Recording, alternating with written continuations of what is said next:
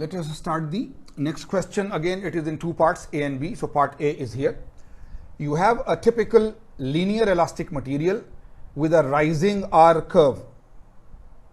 One test is performed on a wide plate with a through crack. Another test is performed on a DCB specimen of the same material. Both tests are conducted in load control.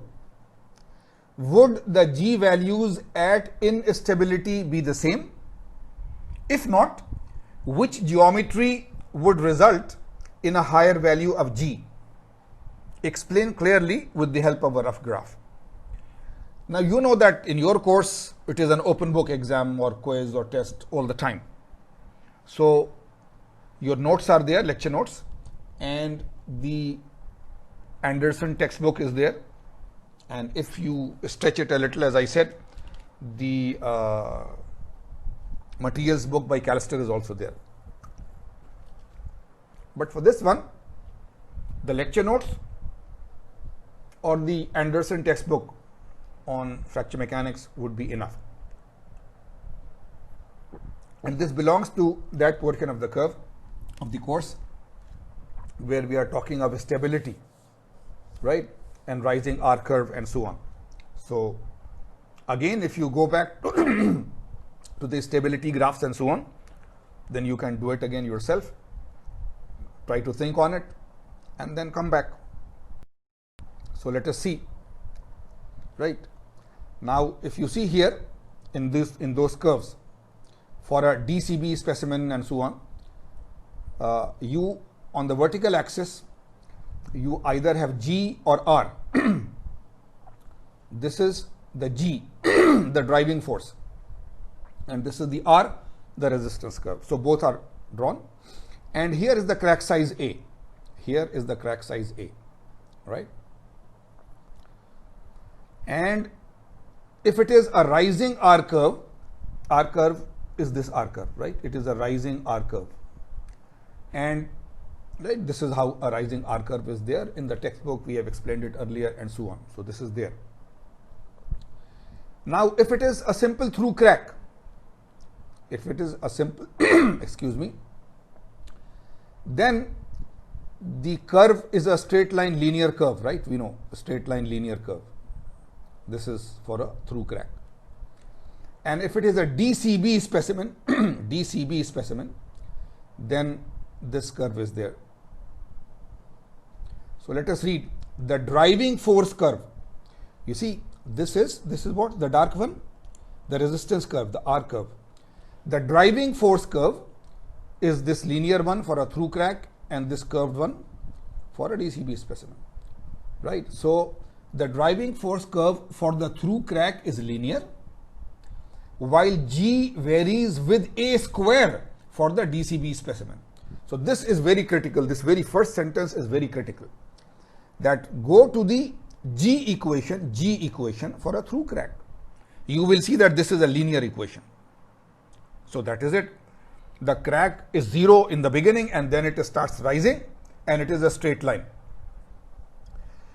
When you go for the G equation for the DCB specimen, you have done those examples. They are there in the lecture notes and the lecture slides in the book. Then G varies with A square, the square of A. So that means it is a curve. So again, you start from 0 because in the beginning there is no crack, and then it varies with A square. So this is the thing, right? This is the thing. Now, at given values of applied stress, this straight line could be inside, this straight line could be here, this straight line could be here. We have drawn only that straight line which is tangent to the R curve because this point is needed. So, right, any straight line which is above it will be totally unstable, and any which is under it, below it, will be totally stable. This is the touch point. Similarly, this curve could be this curve going inside, this curve going inside, or this curve going totally outside.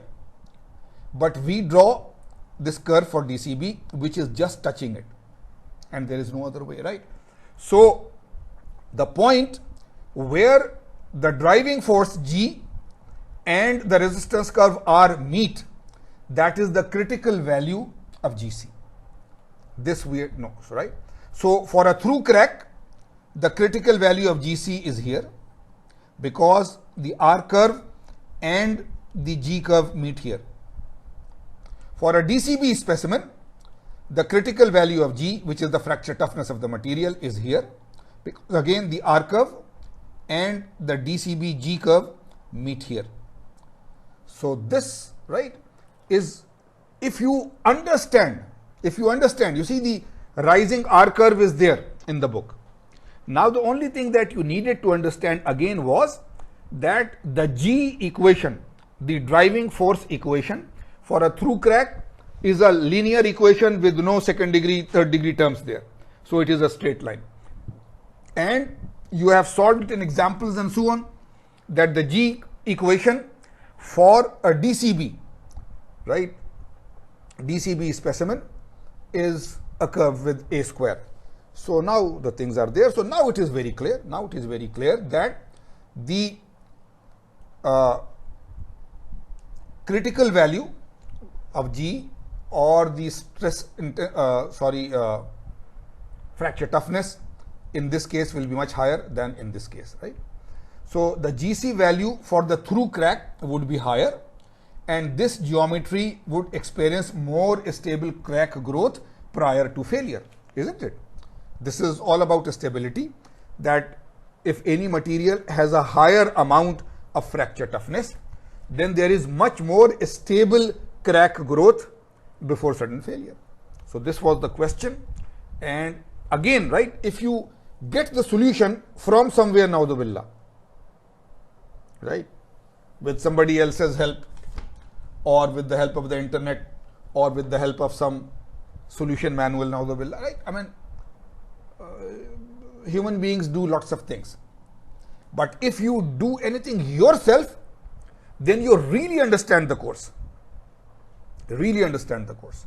But if you, naudzubillah, just copy the solution from somewhere, for the time being you can get a few marks, but your understanding of the subject is lower. So later on in your life, during interviews or during real work, you will not do so well. That is one thing. And the other thing, which is very serious, much bigger, I sometimes talk about it, sometimes I don't, that you see, if there is a higher power, if there is something called a God or Allah or somebody, and if he has his angels or malaika and so on, which are on your shoulders, noting down everything, then how is it possible that we do something wrong for now, we cheat, we do unfair means, we do something ethically, morally wrong, and it is recorded, and we believe that by doing this I get 2, 3, 4 marks extra, and for my whole of the life, remaining life, 40 years, 50 years of work in the industry and so on, I will be constantly rewarded because my marks are higher. No. Either God or Allah or all that system is wrong, there is nothing like it, it is just fiction, a story. Or if he is there and he is looking at things, then somebody who is working honestly and hard will get the reward for a much longer time compared to a person who for now gets 2, 3, 4 points higher in a quiz or an exam, but that somebody has done it by unfair means, by cheating, by unethical means. So then they will be punished, they will not be rewarded, right? So sorry for this digression from the topic, but I always feel very strongly about it, and I know myself that if I am doing things honestly, my reward is a much longer reward about it. Let's go to the next practice problem, 6b. Calculate mode 1 stress intensity factor for a rectangular bar containing an edge crack loaded in 3-point bending. Edge crack loaded in 3-point bending. Load is 35 kilonewton. Length, width and thickness are 203, 50.8 and 25, right? Length, width and thickness. It is given that A by W is 0.2. Now it is a very, if you just quickly look at it, that you see there is a table in the lecture notes and in the book where different types of specimens are there, right? Edge notch, double edge notch, bending, this, that. So if you see that this is a single edge notch in 3-point bending, right? SEB. Then you just go there and see the equations and then solve for it. So this is not a big issue, okay? So I'm showing you here that this is a rectangular piece with single edge and in 3-point bending. It is called SEB, single edge notch bend, and this is the equation. This is the equation, but this equation is for the FA by W,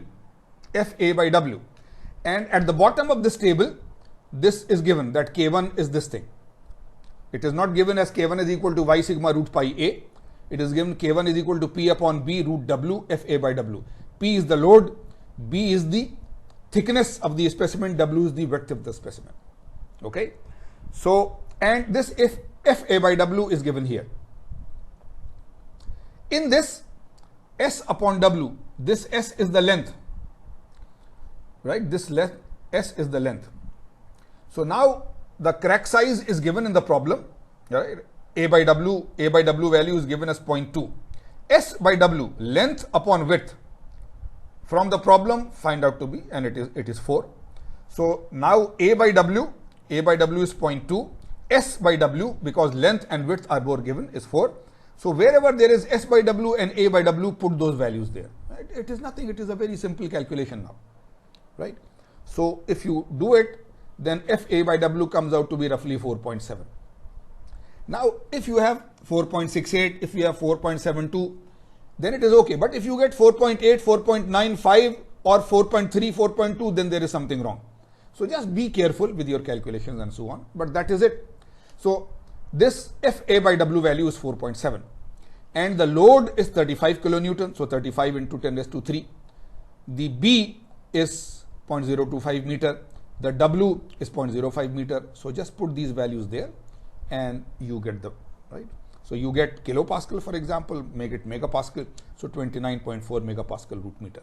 This is the value of the K1, right? So this is just like those bonus problems that if the book is open and you know that this is the table and so on. But bonus for those who know the course, so they quickly know that, okay, this is the problem, that this is a single edge notch bend. So I just go to this page. Otherwise, if your knowledge of the course is a little shaky, you keep on searching, then you waste a lot of time, right? And of course, for those poor guys, I'm saying poor, who sometimes take unlawful help from others, then for them everything is temporarily easy, but that long-term thing of being very strong and so on then does not happen. Okay, good. Next question is again in two parts, question 7A and later on it will be B.